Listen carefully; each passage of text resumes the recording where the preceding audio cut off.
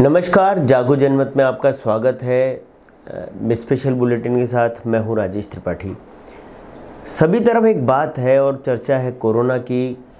जिस तरह से कोरोना के केसेस बढ़े हैं, कोटा में ही पिछले 2 दिनों में एक दिन 195 केस और दूसरे दिन 225 केस, तीसरे दिन 280 रोगी जिस तरह से सामने आए तो लोगों में डर हो गया है। कई 2 बड़े शॉपिंग कॉम्प्लेक्स भी सीज किए गए हैं। जब बात कोरोना की हो रही है तो मैं आपको बता दूं कि सरकार ने पिछले दिनों लगातार बैठकें की हैं और बैठकों में बड़े बड़े डिसीजन लिए गए हैं। कक्षा 1 से 9 तक के स्कूल बंद कर दिए गए हैं। इसके अलावा मैरिज हॉल, जिम और दूसरे ऐसे जो स्थान हैं जहां बड़ी संख्या में लोग इकट्ठे होते हैं, उन जगहों पर पाबंदियां लगाई गई हैं। शादी समारोह और ऐसे ही दूसरे आयोजनों के लिए लोगों की संख्या निर्धारित कर दी गई है। लेकिन इन सारे निर्देशों के बावजूद जो ज़मीनी हकीकत है, आज मैं आपसे बात उसकी करूँगा। सबसे पहले मैं आपको बता दूं कि जिस तरह का निज़ाम अभी चल रहा है, सिस्टम पूरी तरीके से ऐसा लगता है कोलैप्स हो गया है। कोई किसी को पूछने वाला नहीं है। अगर आप कोरोना पीड़ित हो जाते हैं तो सरकार की तरफ से एक फ़ोन भी आपके पास नहीं आता ये कहने के लिए कि आप कोरोना पीड़ित हैं, आप सावधानी रखिए, आपको इलाज की ज़रूरत हो तो हमें बताइए। जाँच रिपोर्ट के साथ एक मैसेज ज़रूर आता है जिसमें आपके पास आधी अधूरी जानकारी आपको मिलती है। मैं आपको 2 केस ऐसे बताना चाहूँगा कोटा के। एक केस के बारे में मैं आपको बताऊंगा जिसकी SRF ID है 08100900421713। इस आईडी से एक 19 वर्षीय लड़की ने 30 मार्च को अपना सैंपल दिया महावीर नगर डिस्पेंसरी में और उसकी जांच की गई। जांच में अगले दिन जो रिपोर्ट आई उसमें वो लड़की पॉजिटिव थी। उसमें सभी लक्षण थे कोरोना के। डॉक्टर्स ने उसको अपने हिसाब से दवाएं दे करके और आइसोलेट करने की सलाह दी।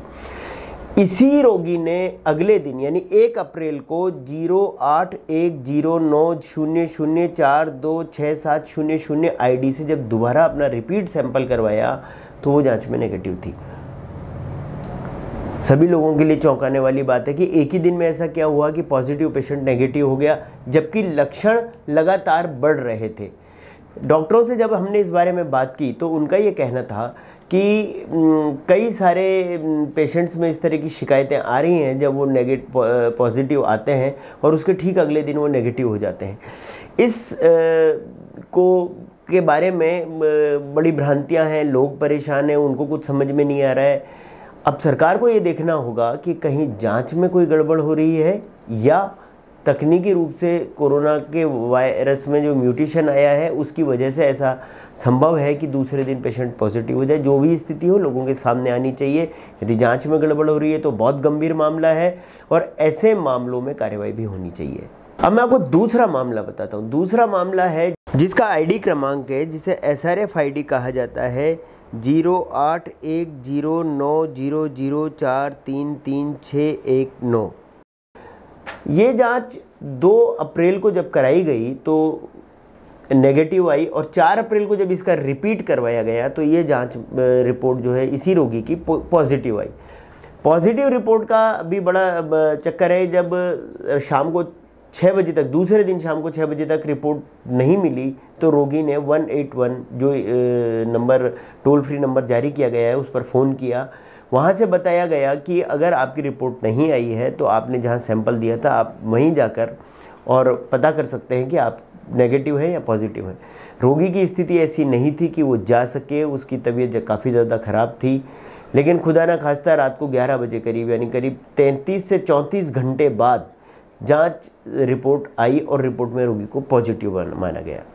उसके बाद से लेके अब तक इन दोनों रोगियों से हमने बात की और ऐसे कई सारे रोगियों से बात की। उन सबका ये कहना था कि चिकित्सा विभाग से कोई पूछता भी नहीं है कि आपको घर में रहना है, आपको नहीं रहना है, आपको दवाएं कहाँ से मिलेंगी, आपकी जो तकलीफ़ है उसके बारे में आप कहाँ संपर्क कर सकते हैं।